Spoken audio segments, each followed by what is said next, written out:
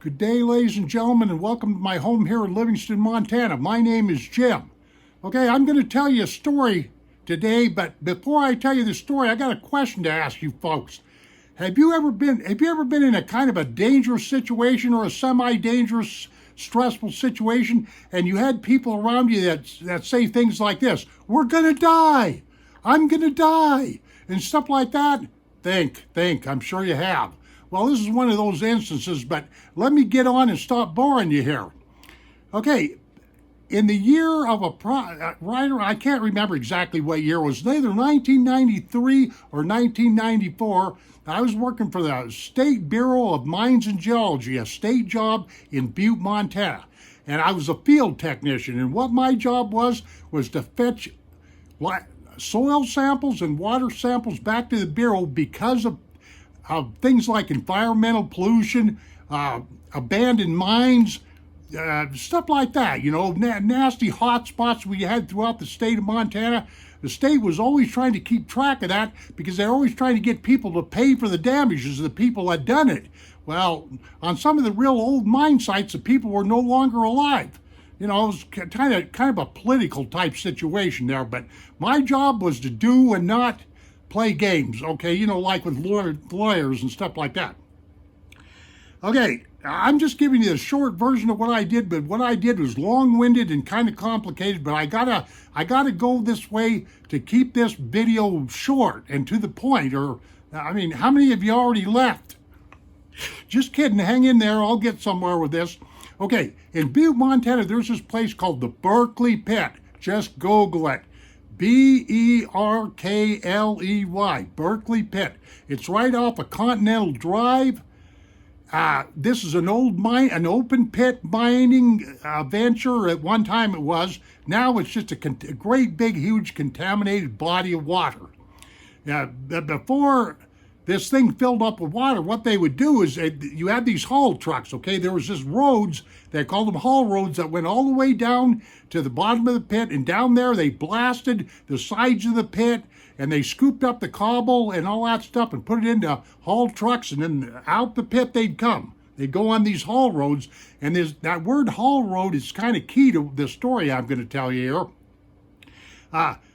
But once they stopped mining down there and everything, before I say that, they would take the cobble over to a place called the concentrator. They'd run it through a series of shakers and whatnot have you to pull out any, things like copper, gold, silver, whatever they were after, And so, it was quite a mining operation. It was a real big deal, really. And what these open pit mines did is they kept guys from having to do that, what they call that deep shaft mining, that real dangerous stuff, putting shafts down in the earth. And Butte, Montana is a well-known old western mining town. In fact, that's all Butte, Montana is known for, except for Evel Knievel, which I met the man before, but that's neither here nor there. Okay, now, at the time, that Berkley Pit, the water was about 700 feet deep. When they stopped mining, the water table tried to readjust itself and it started coming up like this. It was 700 feet deep, and that pit was about a mile across. I want to say 3/4 of a mile or something like that in diameter. There's a viewing stand up there above on Continental Drive that you can look down on the pit, and it doesn't look like it's all that big from the viewing stand, but it's a good 1,500-foot drop down there to the water. So what you see isn't what you get. And there was just one main road that you went down into the pit to get down there to where we could do our sampling. Because back in the day, what I did for the Bureau is I built them a sample platform. A sampling platform, which is nothing more than PVC pontoons about 10 foot long, and it had a wooden top, and we could go out there. It was like a raft, and we could take our samples off of there, because that water was like battery acid. I'm not kidding you. You get a little bit on it, it would sting and all that kind of stuff. I know I used to wear goggles down there. I didn't worry about my breathing so much and all that as I did getting it in my eyes, But that was what we were tasked to do. This one particular day was to drive down on this haul road, and there was only just a handful of people in the whole world that could go down there in the Berkley Pit, and I was one of them because that place was deemed a hazardous waste site. I mean, we had doctors and professors from all over the world coming and looking at that pit and putting in bids, not bids so much, but putting in ideas on what could be done to rectify that environmental disaster. I mean, there was like, I don't even know. It was millions and millions and billions of gallons of polluted water. It was polluted with phosphorus, sulfuric, sulfur, lead, zinc, all that nasty stuff, man. I'm not kidding you. It was that water. To me, when you looked at it, it kind of had it had a burgundy color, you know. And matter of fact, there wasn't hardly any bacteria that grew in there. It was a nasty place down there. Okay, this one in particular, now listen, I'm getting somewhere with this, so hang in there. This one in particular day, me and a fellow co-worker by the name of Orin, O-R-I-N, we get assigned to go down into the Berkley Pit and take some samples of that water, right? I got assigned many times to go down there pulling water out for these various environmental groups, these study groups, these environmental companies and stuff like that, you know. At one time, I think I pumped out, I don't know, well over 100,000 gallons during this one particular week with a series of pumps down there and a big old pumper truck, a tanker truck, and that kind of stuff. Okay, but this particular day, we weren't hauling water samples out of there in bulk. We just, I think we were actually only after about 10 gallons, if I remember right, or something like that. Now, the Bureau, like I say, we had that raft down there, but they also had us running around with an aluminum boat. You know, one of these little rusty aluminum fishing boats, you know, 14-foot jobber.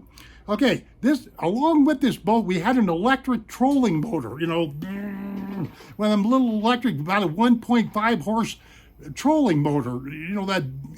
Matter of fact, I'd asked them people up the Bureau on several occasions, why in the world couldn't we run around down there with, say, like a 5 or a 10 horsepower gasoline motor that had a little bit of ump to it where we could get around the pit faster and do our jobs faster. Oh, no.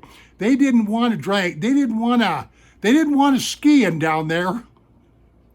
I'm just kidding. I'm just laugh a little bit. They didn't want to cause any. They didn't want us being noticed down there at all, and then they didn't want us further polluting the pit. I mean, that pit was a disaster.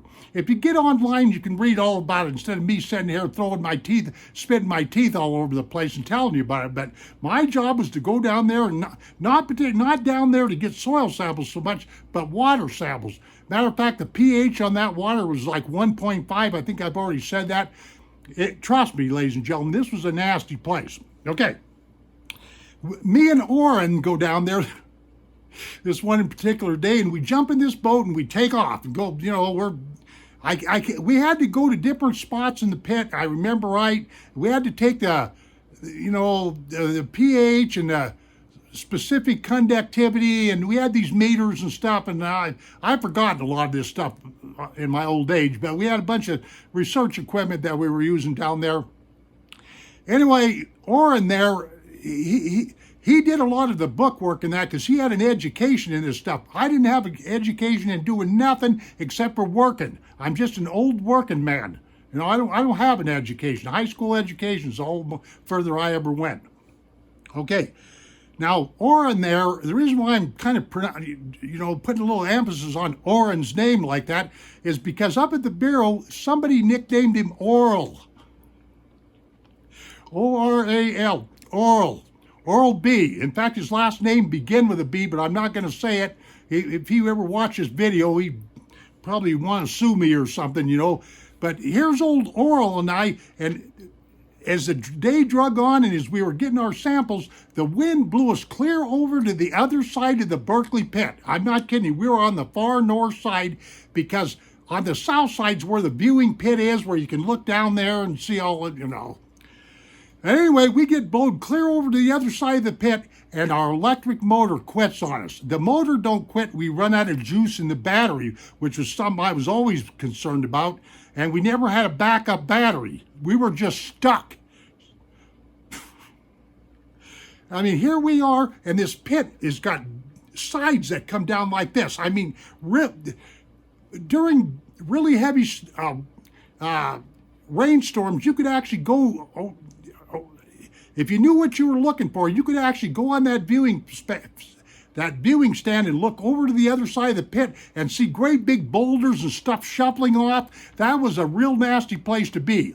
Trust me, you didn't want to be trapped down in that pit at all, because there was no access roads. There was only one road that went down in there, okay, just one road.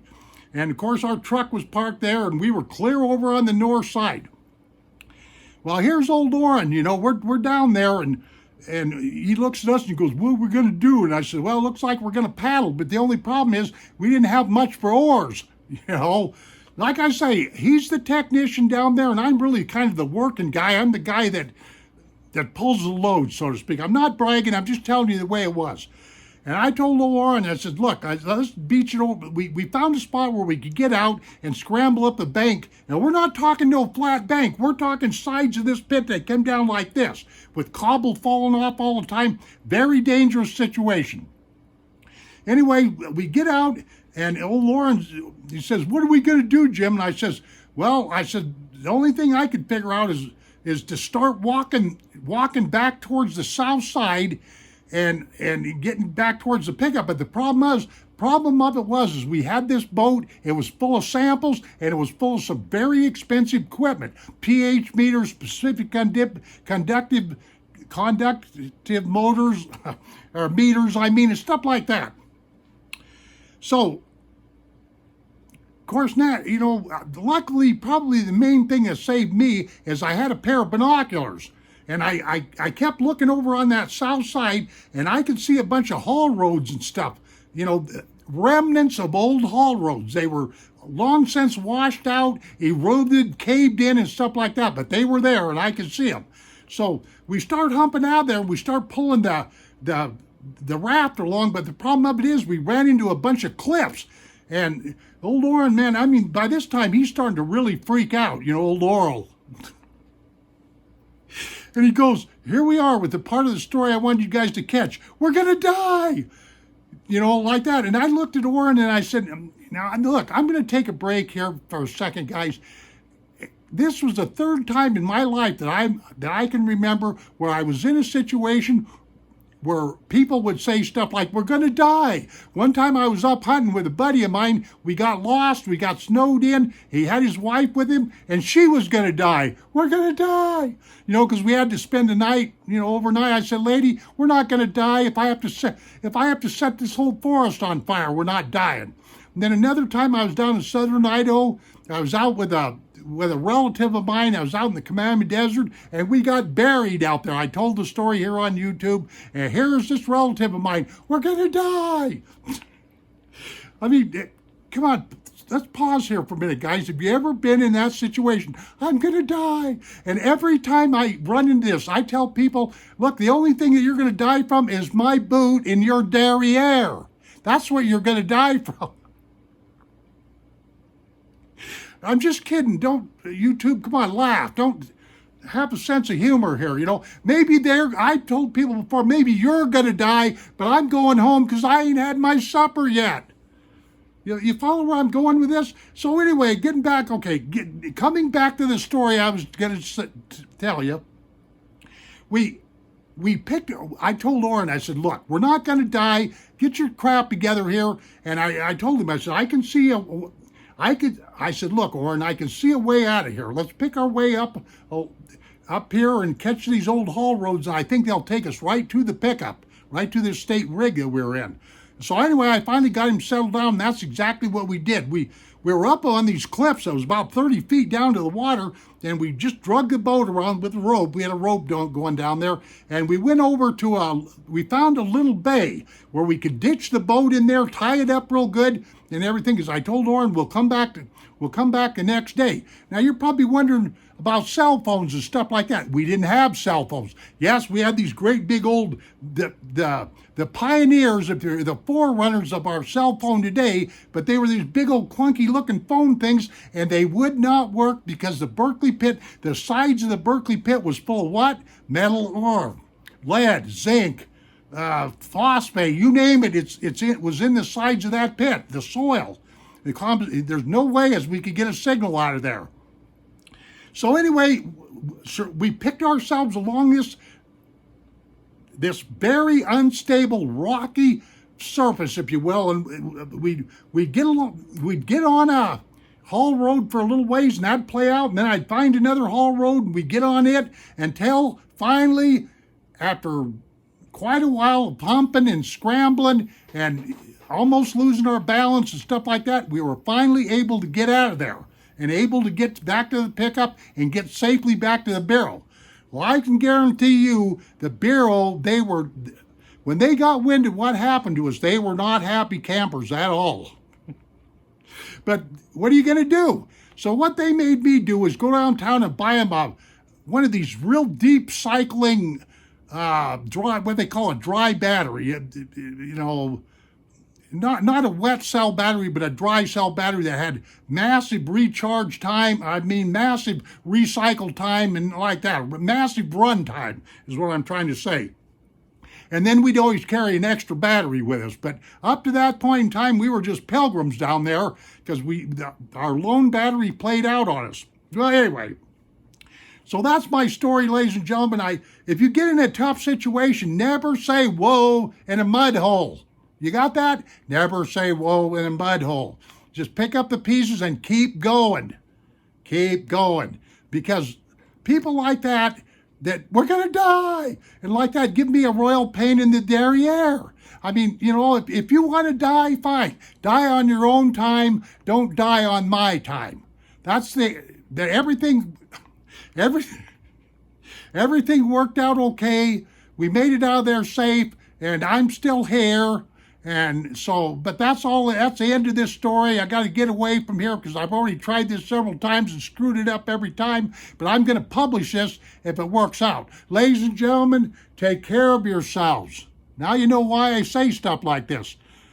Take care of yourselves, and we shall see you on down the trail, and adios, my friends.